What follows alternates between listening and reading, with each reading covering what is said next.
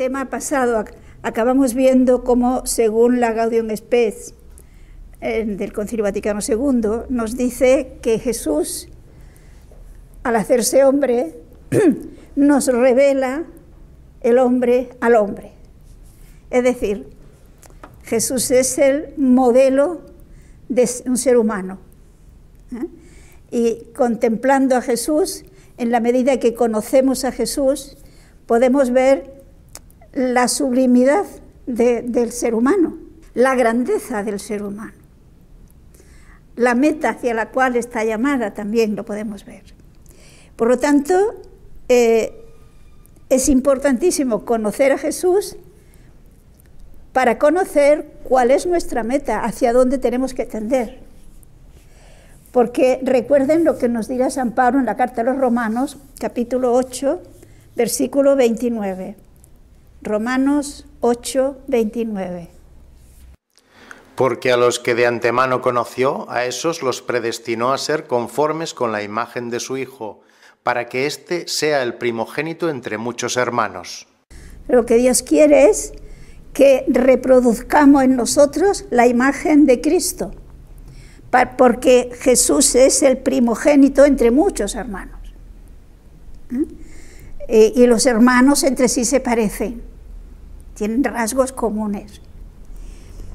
Pues el modelo Jesús, repito, es al que nosotros tenemos que intentar, con la ayuda de la gracia, imitar. Pero otro texto interesante, fíjense en San Juan, el Evangelio de San Juan, capítulo 14, los versículos 5 y 6. Díjole Tomás: no sabemos a dónde vas, ¿cómo pues podemos saber el camino? Jesús le dijo: yo soy el camino, la verdad y la vida, nadie viene al Padre sino por mí. Jesucristo, dice, afirma él, es el camino. Fíjense, hermanos, que no dice un camino, como si hubiera otros, no, es el camino, el único camino para ir al Padre. Y Él es el camino, la verdad y la vida. Siguiendo este camino, encontramos la verdad y tenemos la vida. Hay una frase o una expresión que San Pablo repite muchas veces en sus cartas y que a veces podemos pasarlo sin tomarle el peso. Por ejemplo, la carta a los Efesios lo repite muchísimas veces. Vamos a ver solo algunos versículos del capítulo 1. Efesios 1, versículos 3 y 4. Bendito sea el Dios y Padre de nuestro Señor Jesucristo, que en Cristo nos bendijo con toda bendición espiritual en los cielos, por cuanto que en Él nos eligió antes de la constitución del mundo, para que fuésemos santos e inmaculados ante Él en amor. Fíjense esta expresión que en estos dos versículos San Pablo repite 2 veces. Dios nos ha bendecido en Cristo Jesús. Nos ha elegido en Cristo Jesús. Fíjense que esto nos indica no solamente un seguir detrás de Jesús, imitándole, sino que esto nos indica un estar incorporados en Cristo, un vivir en Cristo. No olvidemos que con el bautismo hemos quedado injertados en Cristo. Podemos verlo en la carta a los Romanos, capítulo 6, versículo 5. Porque si hemos sido injertados en Él por la semejanza de su muerte, también lo seremos por la de su resurrección. Por consiguiente, el bautismo fue un injertarnos en Cristo Jesús. Un comenzar a vivir en Cristo Jesús. Recuerden que San Juan, Jesús, en el Evangelio de San Juan, en el capítulo 15, que no vamos a leer, nos pone el ejemplo de la vid y los sarmientos. Él es la vid, nosotros los sarmientos. Los sarmientos y la vid constituyen una sola planta. Entonces, nosotros injertados en Cristo Jesús, somos esos sarmientos que están en esa vid que es Cristo. Por lo tanto, fijémonos que esto implica, saberlo expresar, no solamente una imitación, sino un dejar que Él viva en nosotros. Un dejar que Él siga viviendo su vida en nosotros. Con lo cual vamos reproduciendo la imagen de su Hijo. Diríamos que con el bautismo nacimos, fuimos injertados, pero ese injerto tiene que desarrollarse. Por esto San Pablo nos habla, y también San Pedro, nos habla de la necesidad de crecer. Hay un texto en la carta a los Corintios, en la primera carta a los Corintios, que es muy indicativa en este sentido. En el capítulo 3, los versículos 1 al 3. Y yo, hermanos, no pude hablaros como a espirituales, sino como a carnales, como a niños en Cristo. Os di a beber leche, no os di comida, porque aún no lo admitíais, y ni aún ahora lo admitís, porque sois todavía carnales. Si pues hay entre vosotros envidias y discordias, ¿no prueba esto que sois carnales y vivís a lo humano? La idea está claramente expresada. Fíjense que San Pablo, en esta carta a los cristianos de Corinto, en una comunidad que él había formado, estaba formada una comunidad, esta comunidad de Corinto, de personas, la gran mayoría, o al menos una buena cantidad de ellos de origen, diríamos, esclavos, por tanto, de una baja condición social, y quizás en un ambiente digamos, un ambiente que era precisamente muy poco religioso o nada religioso, de una vida muy superficial y muy corrompida. Entonces, hay cosas del Evangelio que es difícil enseñar en ese ambiente. Por lo tanto, dice San Pablo que les ha hablado como a niños. Lo que se extraña es que ahora, por lo tanto, habiendo pasado un tiempo, que ya no debieran ser niños, él no puede hablarle como adultos, porque siguen siendo niños. ¿Y en qué dice él que se nota que todavía son niños? Pues en que su actitud no refleja a Cristo. No han dejado que Cristo viva en él. Y hay envidias, hay discordias, hay... Por consiguiente, fijémonos que el ser incorporados, injertados en Cristo, diríamos que exige de parte nuestra una actitud de apertura, de disponibilidad, de docilidad al Espíritu Santo, que quiere ir formando en nosotros a Cristo. Pero esto no lo puede hacer el Espíritu Santo sin mi consentimiento, sin mi correspondencia. Por lo tanto, es importante que nos demos cuenta que es un programa de vida, la vida cristiana. No es algo que ya soy cristiano, ya me he bautizado, ya he hecho la primera comunión, ya me he confirmado, ya está. Yo voy a misa, yo recibo los sacramentos, ya está. Mientras nuestra vida no sea un crecer en parecido a Jesús, en mi conducta, en mi actitud, pues estoy descuidando, estoy impidiendo que mi vida cristiana se desarrolle. Fijémonos que esto no debe llevarnos a un complejo o a un tirar la toalla, a un desanimarnos, sino todo lo contrario.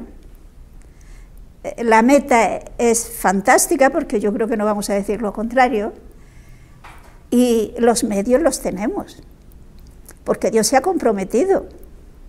La savia viene de Cristo. En el caso de la vid y los sarmientos, fijémonos qué es lo que tiene que hacer el sarmiento: mantener la conexión, y la savia va a ir pasando y ese sarmiento va a ir echando hojas y echará uvas. Entonces, ¿qué es lo que necesitamos? Mantener el contacto con Jesús, dejar colaborar a ese impulso que continuamente el Espíritu Santo va desarrollando en nosotros. Claro que podemos, como dice San Pablo, no contristéis al Espíritu Santo, podemos contristarlo, incluso podemos apagarlo. Es decir, fijémonos que Dios nos quiere responsables, no nos quiere marionetas, no se hace automáticamente. Tenemos que ser conscientes de la situación, conscientes de nuestra responsabilidad, de nuestra grandeza y colaborar. Ir avanzando en este proceso. Porque fíjense cuál es la meta hacia lo que tenemos que llegar. Volvemos a la carta a los Efesios, capítulo 4, versículos 11 al 16.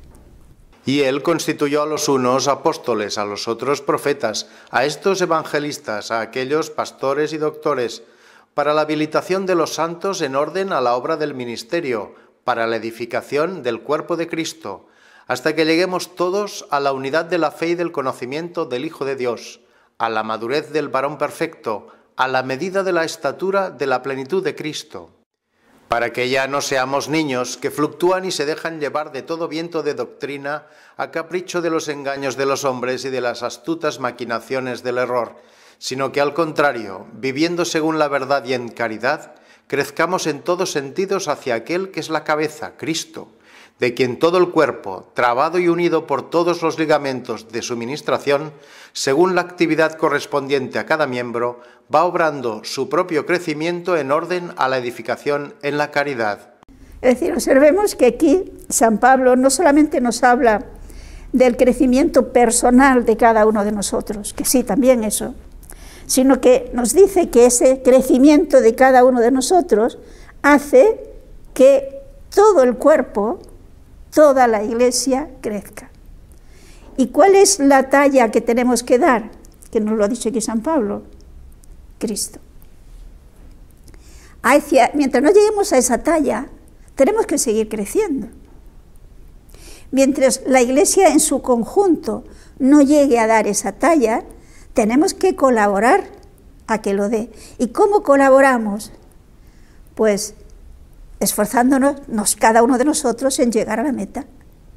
Porque el que crece ayuda a los demás a crecer. Porque fíjese que nos ha explicado aquí, dice en el versículo 15, sino que al contrario, abrazados a la verdad, en todo crezcamos en caridad, llegándonos a aquel que es nuestra cabeza, Cristo. O sea, fijémonos que aquí es abrazados a la verdad, es importante conocer la verdad y abrazarse a ella, es decir, adherirse a ella, y crecer en caridad. Esa verdad nos impulsará a crecer en caridad. Pero entonces se dice que mediante esa digamos, acción, esa colaboración de cada uno de nosotros, dice, todo el cuerpo, trabado y unido por los ligamentos que nos unen, va creciendo. Es decir, fíjense que en la Iglesia, cuerpo místico de Cristo, ocurre como en nuestro cuerpo. Nuestro cuerpo ha ido creciendo armoniosamente. No se ha desarrollado mucho una mano, o mucho la cabeza, o mucho el estómago, y lo demás se ha quedado pequeño. No. Todo ha ido creciendo mediante esa reinterrelación que hay entre todos los órganos y miembros de nuestro cuerpo. Cuando un órgano o un miembro se estropea, se enferma, repercute en todo el resto. Por lo tanto, observemos que el tomarnos en serio, pero con alegría, con ilusión, porque podemos, con la ayuda de Dios, el crecer para conseguir esa meta, el saber que haciendo eso estamos ayudando a que toda la Iglesia, esposa de Cristo, cuerpo místico de Cristo, crezca y pueda dar una imagen que Dios quiere que dé en el mundo, vale la pena esforzarse. No sé si me explico, es decir, fijémonos que a veces quizás si nos sentimos cansados, si nos sentimos desanimados, si las cosas en un momento dado no nos van bien, es fácil que nos venga la tentación al desaliento, al desánimo, al decir ya no puedo más o ya me conformo con lo que tengo. Pero fíjense, eso es egoísmo. Porque el pensar es que si yo me esfuerzo, es que si yo supero esta sensación de desánimo, desaliento, puedo ayudar a otros. Y fíjense que yo voy a ayudar a otros no simplemente por el ejemplo que les pueda dar, sino por ese ligamento interno de la gracia que actúa, que se potencia y que hace que todo el cuerpo místico crezca. ¿Y dónde, concretando, dónde podemos encontrar lo que podríamos llamar los rasgos característicos de Cristo? Pues yo creo que estarán de acuerdo conmigo en que esos rasgos característicos los tenemos en el Sermón de la Montaña. Y diríamos que todavía, resumiendo más, en las bienaventuranzas. Las bienaventuranzas podríamos decir que son como una materialización, una descripción de quién es Jesús, de cómo vivió Jesús y de cómo debemos vivir nosotros. Todo el Sermón de la Montaña lo tenemos de una manera amplia en San Mateo, ¿se acuerdan? Los capítulos 5 al 7.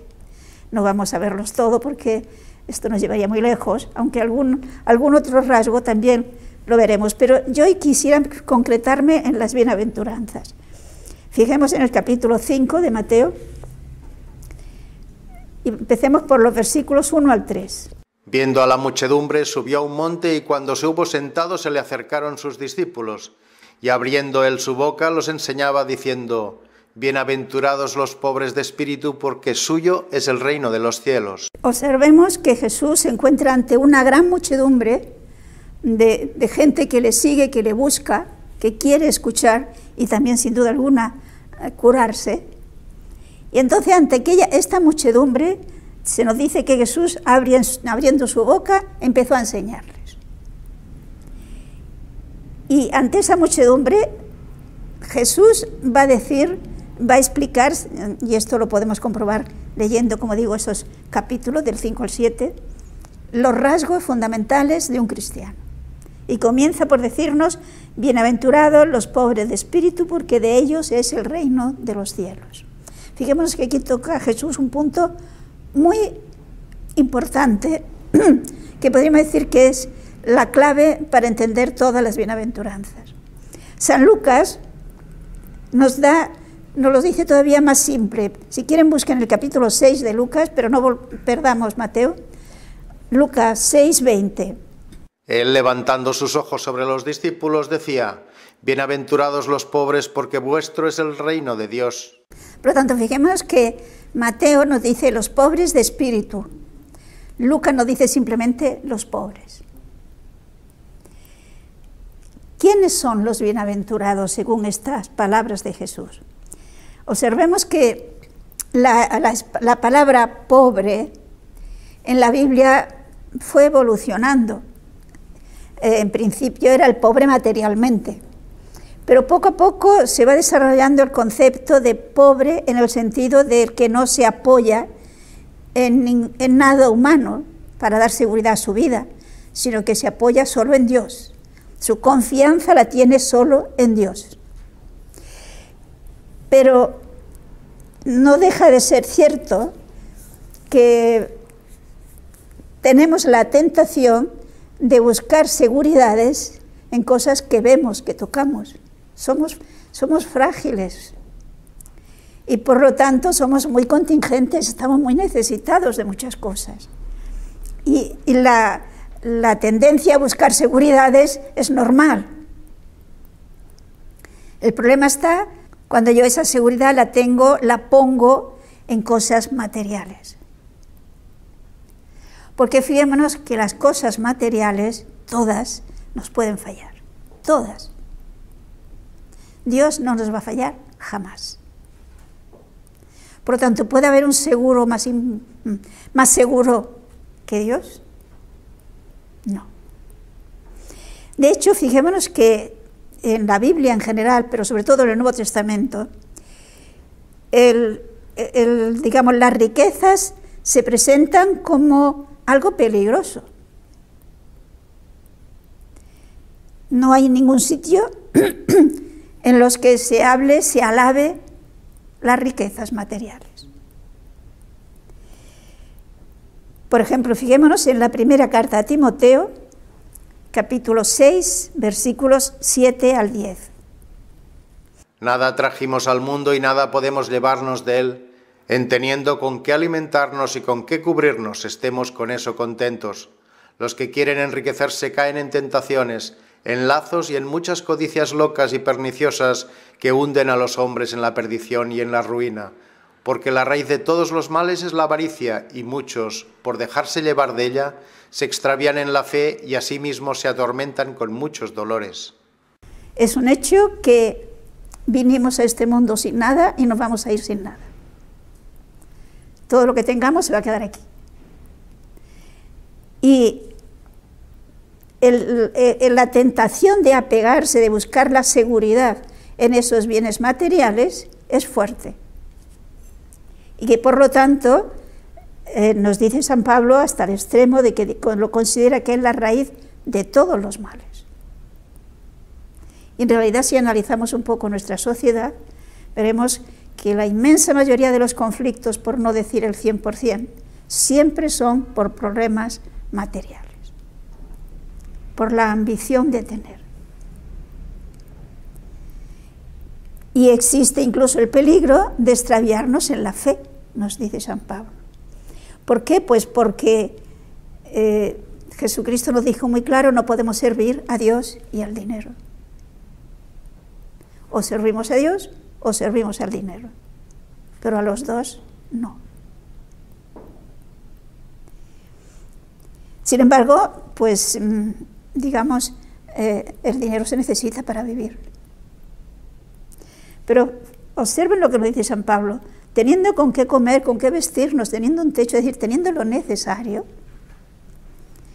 tendríamos que conformarnos. Precisamente por esto, porque fijémonos que el no tener un exceso de bienes hace que nos apoyemos en Dios, porque sentimos la necesidad de apoyarnos en alguien.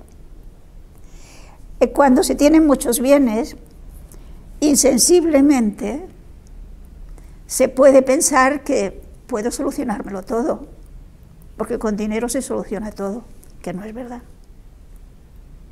La felicidad no se soluciona con dinero. La profunda felicidad no se soluciona con dinero. El dinero me puede dar cosas, pero como decía San Agustín, estamos hechos para Dios y nuestro corazón está inquieto hasta que no descansa en Dios. Y cuando nos conformamos con la felicidad que dan los bienes materiales, nos empobrecemos, porque estamos hechos para cosas más grandes. Pero además, veamos otro texto, ahora de San Marcos, en el que se ve este peligro, capítulo 10, versículos 17 al 27. Salido al camino, corrió a él uno que arrodillándose le preguntó: Maestro bueno, ¿qué he de hacer para alcanzar la vida eterna? Jesús le dijo: ¿Por qué me llamas bueno? Nadie es bueno sino solo Dios. Ya sabes los mandamientos: no matarás, no adulterarás, no robarás, no levantarás falso testimonio, no harás daño a nadie, honra a tu padre y a tu madre. Él le dijo: Maestro, todo esto lo he guardado desde mi juventud. Jesús, poniendo en él los ojos, le amó y le dijo: Una sola cosa te falta. Vete, vende cuanto tienes y dalo a los pobres, y así tendrás un tesoro en el cielo. Luego ven y sígueme. Ante estas palabras se anubló su semblante y fuese triste, porque tenía mucha hacienda. Mirando en torno suyo, dijo Jesús a los discípulos: «Cuán difícilmente entrarán en el reino de Dios los que tienen hacienda». Los discípulos se quedaron espantados al oír esta sentencia. Tomando entonces Jesús de nuevo la palabra, les dijo: «Hijos míos, cuán difícil es entrar en el reino de los cielos. Es más difícil a un camello pasar por el hondón de una aguja que a un rico entrar en el reino de Dios». Más aún se espantaron y decían entre sí: «Entonces, ¿quién puede salvarse?». Fijando en ellos Jesús su mirada, les dijo: «A los hombres sí es imposible, mas no a Dios, porque a Dios todo le es posible». Bueno, fijémonos la escena que nos presenta San Marcos. Un joven lleno de ilusión va corriendo, nos dice el texto, al encuentro de Jesús, se postra ante él. Por lo tanto, esto revela una ilusión, un deseo interno de más felicidad, de más ser. Y la pregunta es: ¿qué tengo que hacer para alcanzar la vida eterna? Observemos que Jesús le corrige, le dice que, no, que bueno, porque le ha dicho maestro bueno. Jesús le dice, bueno, solo Dios. Es decir, perfecto, solo Dios. Este joven ve en Jesús un hombre. Por lo tanto, solo Dios es bueno. Entonces, después de decirle que, bueno, para ir al cielo, cumplir los mandamientos.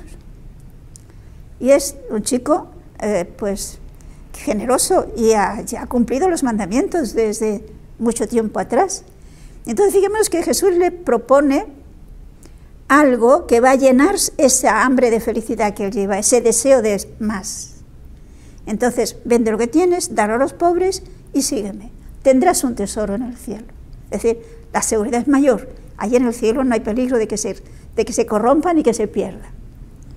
Pero observemos que este joven, ante estas palabras, se entristece. Y ante esas palabras se marcha triste. O sea, observemos la diferencia. Viene contento, ilusionado, se marcha triste. Y San Marco nos dice la causa. Es que era muy rico. Es decir, es el peligro. Era muy rico. Y eso le impidió dar ese paso que Jesús le dijo, que Jesús le propuso, para alcanzar, digamos, más a fondo, mejor, esa vida eterna que él buscaba. Ha preferido sus riquezas materiales a esa otra riqueza que le propone Jesús en el cielo. ¿Se acuerdan que a continuación los apóstoles empiezan a decir, entonces, ¿quién se puede salvar? Cuando Jesús dice que difícil es que un rico entre en el reino de los cielos. Y recordarán que las palabras de Jesús son muy claras. Al hombre es imposible, pero no a Dios. Dios lo puede todo. Por lo tanto, si nos abrimos a Dios, Dios puede cambiarnos el corazón. Dios puede liberarnos también del apego a los bienes materiales. Porque Dios quiere ayudarnos a liberarnos. Fijémonos que no quiere decir que tengamos que venderlo todo y darlo a los pobres. No. Se trata de que el corazón no esté apegado a eso. Este chico prueba de que cumplía los mandamientos y muy bien cumplía la ley, pero su corazón estaba apegado a las riquezas y no fue capaz de desprenderse de ellas. Por esto el peligro, porque las riquezas son enganchosas y fácilmente nos atrapan, digámoslo así, nos atan y nos quitan libertad para poder usar de esas riquezas de acuerdo con el plan de Dios. Hay otro texto en el que Jesús llama incluso necio a la persona que tiene esa actitud. Busquemos San Lucas ahora, capítulo 12, versículos 13 al 21. Díjole uno de la muchedumbre, Maestro, di a mi hermano que parta conmigo la herencia. Él le respondió, pero hombre, ¿quién me ha constituido juez o partidor entre vosotros? Les dijo, mirad de guardaros de toda avaricia, porque aunque se tenga mucho, no está en la vida en la hacienda. Y les dijo una parábola. Había un hombre rico cuyas tierras le dieron gran cosecha. Comenzó él a pensar dentro de sí diciendo, ¿qué haré? Pues no tengo dónde encerrar mi cosecha. Y dijo, ya sé lo que voy a hacer. Demoleré mis graneros y los haré más grandes, y almacenaré en ellos todo mi grano y mis bienes. Y diré a mi alma, alma, tienes muchos bienes almacenados para muchos años, descansa, come, regálate. Pero Dios le dijo, insensato, esta misma noche te pedirán el alma y lo que has acumulado, ¿para quién será? Así será el que atesora para sí y no es rico ante Dios. O sea, como vemos, aquí se trata de una persona. Cuántos problemas hay a veces con la cuestión de las herencias, ¿no? Pues se ve que había uno de esos problemas. Y piden a Jesús que haga de árbitro, diríamoslo así. Se ve que, de hecho, los fariseos, los maestros de la ley, se prestaban para ello. Jesús no quiere entrar en ese terreno. Y pone esta parábola, que es muy fácil de entender. Un rico, fijémonos que no ha hecho ninguna cosa mala, porque este rico ha sembrado sus tierras, Es Dios el que le ha dado una cosecha abundante y no tiene dónde guardarla, esa cosecha. Los depósitos que tiene para guardarla, pues no le caben porque es una cosecha extraordinaria. Entonces, ¿qué hará? Tirará su granero, hará otros más grandes y recogerá ahí toda su cosecha. Hasta aquí no hay nada, digamos, que se puede decir que está mal. ¿Dónde está el mal por lo que Jesús le llama necio? Que es fuerte. Necio, le llama Jesús a este rico. Fijemos que el mal está en donde tiene su corazón. Ahora ya descansa. Descansa, duerme, banquetea, porque tienes para mucho tiempo. O sea, ya tienes una seguridad. Ahí está el fallo. Porque es necio, porque no es rico para Dios. Es rico para él. ¿Y qué tendría que hacer para no ser necio? Pues no pegar el corazón a esas riquezas y pensar en los demás. Compartir. Porque no podemos olvidar que el dueño de todo es Dios. Y no sé hasta qué punto es legítimo que tengamos almacenados mientras hay quien se está pasando mucha hambre y quizá está a nuestro lado. O sea, es cuestiones que tendríamos que planteárnoslas. Porque, repetimos, el modelo es Jesús. Y vean lo que nos dice en 2 Corintios, capítulo 8, versículo 9. Pues conocéis la gracia de nuestro Señor Jesucristo, que siendo rico, se hizo pobre por amor nuestro, para que vosotros fueseis ricos por su pobreza. Aquí tenemos, es el modelo Jesús. Y Jesús siendo rico, la persona de Jesús es la divina. Dios es el dueño de cuanto existe. Por lo tanto, nadie más rico que Jesús. Pero sin embargo, al hacerse hombre, se hizo pobre. Nace pobre, vive de su trabajo. Cuando empieza la vida pública, vive de lo que le dan. Y muere pobre. ¿Y alguien podría dudar de que Jesús fue un hombre feliz o es un hombre feliz? No. Tuvo que sufrir mucho, ciertamente. Pero nadie más feliz que Jesús. Con esa felicidad profunda, la que realmente te da integridad, te da madurez, te dan paz, te dan alegría. Esa alegría que nadie puede quitar. ¿De dónde le venía? Pues de saberse y experimentarse amado y amar. No olvidemos que estamos hechos para amar. Y es el amor lo que nos hace felices. Y Jesús vivió por amor, vivió amando. Nadie tiene más amor que el que da la vida por sus amigos. Por lo tanto, nadie más feliz que Jesús, a pesar de todos los sufrimientos. Diríamos que esos sufrimientos quedaban en la superficie, en el fondo del alma, en el fondo del alma había la paz profunda, la seguridad profunda de saberse amado y de saber que está amando. San Juan nos dirá que Jesús cuando va al huerto de los olivos dice: conviene que el mundo sepa que amo al Padre, levantaos, vamos. O sea, va al huerto de los olivos por amor, va a la cruz por amor. Y eso es lo que nos va a hacer felices aquí y por supuesto en la eternidad. Vamos a ver otro ejemplo que tenemos en este caso en San Lucas, capítulo 19, es un caso muy conocido, los versículos del 1 al 10. Entrando, atravesó Jericó. Había allí un hombre llamado Zaqueo, jefe de publicanos y rico. Hacía por ver a Jesús, pero a causa de la muchedumbre no podía porque era de poca estatura. Corriendo adelante se subió a un sicómoro para verle, pues había de pasar por allí. Cuando llegó a aquel sitio levantó los ojos Jesús y le dijo: Zaqueo, baja pronto, porque hoy me hospedaré en tu casa. Él bajó a toda prisa y le recibió con alegría. Viéndolo, todos murmuraban de que hubiera entrado a alojarse en casa de un pecador. Zaqueo en pie, díjole al Señor: Señor, doy la mitad de mis bienes a los pobres, y si a alguien he defraudado en algo, le devuelvo el cuádruplo. Díjole Jesús: Hoy ha venido la salud a tu casa, por cuanto éste es también hijo de Abraham, pues el Hijo del Hombre ha venido a buscar y salvar lo que estaba perdido.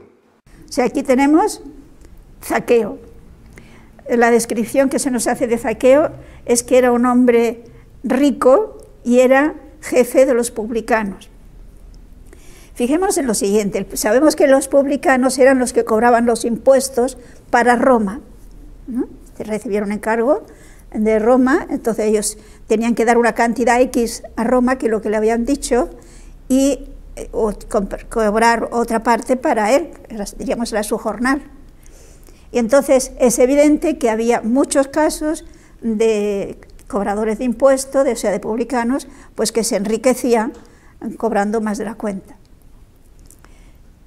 Pero fijémonos que si leemos bien el texto, no es el caso de Zaqueo. Zaqueo no se había enriquecido cobrando de más. Si se hubiera enriquecido cobrando de más, por lo tanto, defraudando, no podría hacer lo que dice que va a hacer. Porque fijémonos que cuando se ha encontrado con Jesús, dice que en adelante de sus bienes la mitad se la va a dar a los pobres. Y de la otra mitad va a devolver a quien haya defraudado 4 veces más. Si todo era defraudado, ¿cómo podía hacer eso? Matemáticamente no sale. ¿Pero qué nos está indicando? Que era un hombre rico, quizás por herencia, no sabemos. Era un hombre rico, pero sin embargo había defraudado. Luego, ¿qué nos está indicando? Que su corazón estaba pegado al dinero, que su Dios era el dinero, que su ambición era tener más. Cuando se ha encontrado con Cristo, fijémonos qué cambio hace.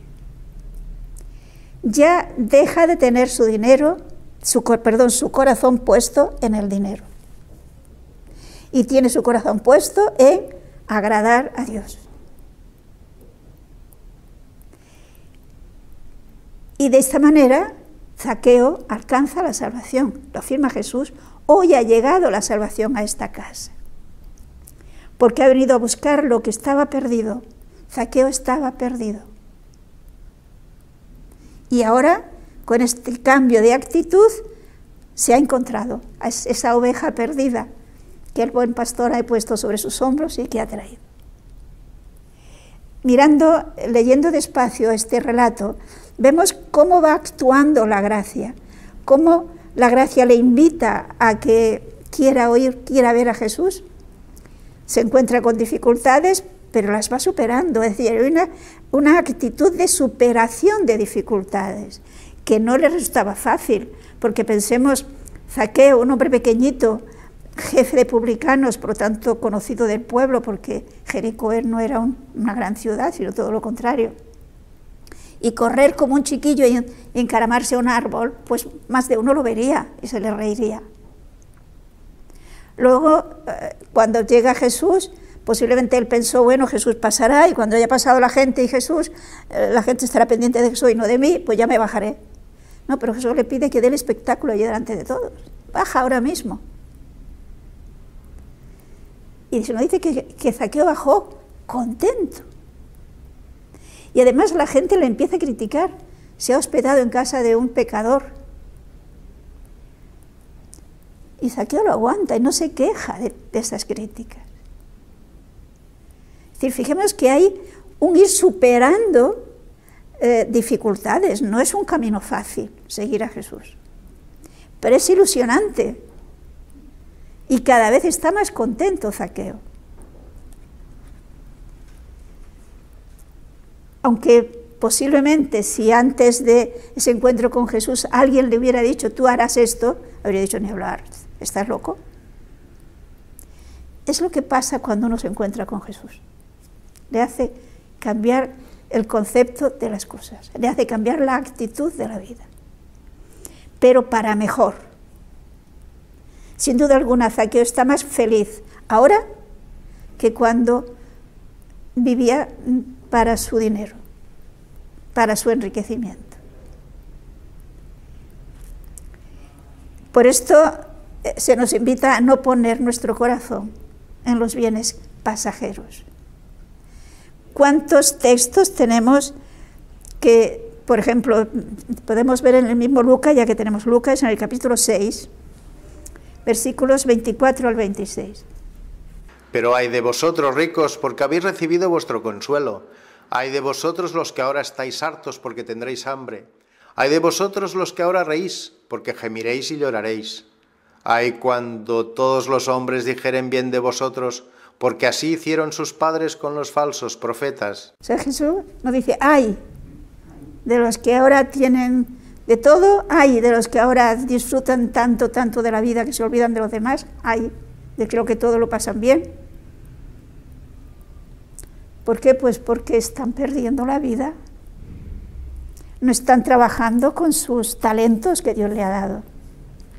¿A qué nos invita a Dios? Veamos en San Mateo capítulo 6, versículos 19 al 21. No alleguéis tesoros en la tierra donde la polilla y el orín los corroen y donde los ladrones horadan y roban. Atesorad tesoros en el cielo donde ni la polilla ni el orín los corroen y donde los ladrones no horadan ni roban. Porque donde está tu tesoro, allí estará tu corazón. O sea, si vemos que Jesús nos invita, nos anima a que tengamos tesoros, que nos hagamos tesoros. ¿Pero dónde? En el cielo. Fijamos que si nosotros fuéramos a hacer un viaje a un país donde circula una moneda diferente de la que nosotros usamos, diferente del euro, procuraremos tener la moneda que allí se circula, ¿no? Porque si vamos con nuestra moneda, supongamos que allí no hay manera de cambiarla, no nos sirve. Pues lo que nos invita aquí Jesús es a que hagamos el cambio de moneda, que sepamos cambiar los bienes que tenemos aquí, que no solo son bienes, digamos, de dinero y de riquezas, también es un bien, pues el tiempo, también es un bien la inteligencia, también es un bien nuestras habilidades, nuestros conocimientos, es decir, todo lo que tenemos. Que nos hagamos tesoros en el cielo. Todos podemos hacernos tesoros en el cielo, todos. Ahí tenemos las obras de misericordia. Si las repasamos, veremos cuántas oportunidades tenemos para invertir en el cielo. Eso es aprovechar el tiempo. Y fijémonos que si vivimos esta primera bienaventuranza, podremos vivir todas las demás, porque el que no tiene puesto su dinero en las riquezas, el que vive esa pobreza evangélica, es misericordioso, es paciente, la confianza la tiene puesta en Dios, por lo tanto no se altera fácilmente. Repasemos todas las bienaventuranzas y veremos que el que realmente vive la pobreza evangélica tal como Jesús la vivió, tiene ganado un tanto por ciento altísimo para vivir el resto de las bienaventuranzas. Porque fijémonos en Santiago capítulo 2, versículo 13. Porque sin misericordia será juzgado el que no hace misericordia. La misericordia aventaja al juicio. Bienaventurados los misericordiosos. El que vive la pobreza practica la misericordia. Y el que practica la misericordia será objeto de la misericordia, nos dice Santiago. Y además, las bienaventurados los misericordiosos, porque ellos alcanzarán misericordia. El que vive esta actitud de pobreza evangélica, pues sufre con los que sufren. De hecho, está demostrado que son mucho más generosos los pobres a la hora de ayudar que los ricos. Aquella imagen que tenemos del Evangelio, que Jesús contempla a los que están dando sus ofrendas en el templo, quien había dado más era aquella viuda que dio una pequeña moneda, porque era estaba desprendida, era todo lo que tenía. Y con lo mismo todo lo demás. Es aquel que es limpio de corazón, que busca la paz, que trabaja por la paz. Es decir, sería bueno que leyéramos despacio de la presencia de Dios todas las bienaventuranzas y nos diéramos cuenta qué es lo que esto nos compromete a nosotros para imitar a Jesús. Porque Jesús, digamos, las bienaventuranzas, repito, son un reflejo de la vida de Jesús. Jesús vivió plenamente las bienaventuranzas. Si nosotros hemos de crecer en esa dirección, tenemos un campo magnífico para adelantar. ¿No les parece? Lo importante es que no nos desanimemos, que no pensemos que eso no va con nosotros. Porque no olvidemos que sin la santidad nadie verá a Dios, lo dice la carta a los Hebreos. A la santidad estamos todos llamados. No podemos renunciar a ello, porque entonces renunciamos a la vida eterna. Así que ánimo y adelante.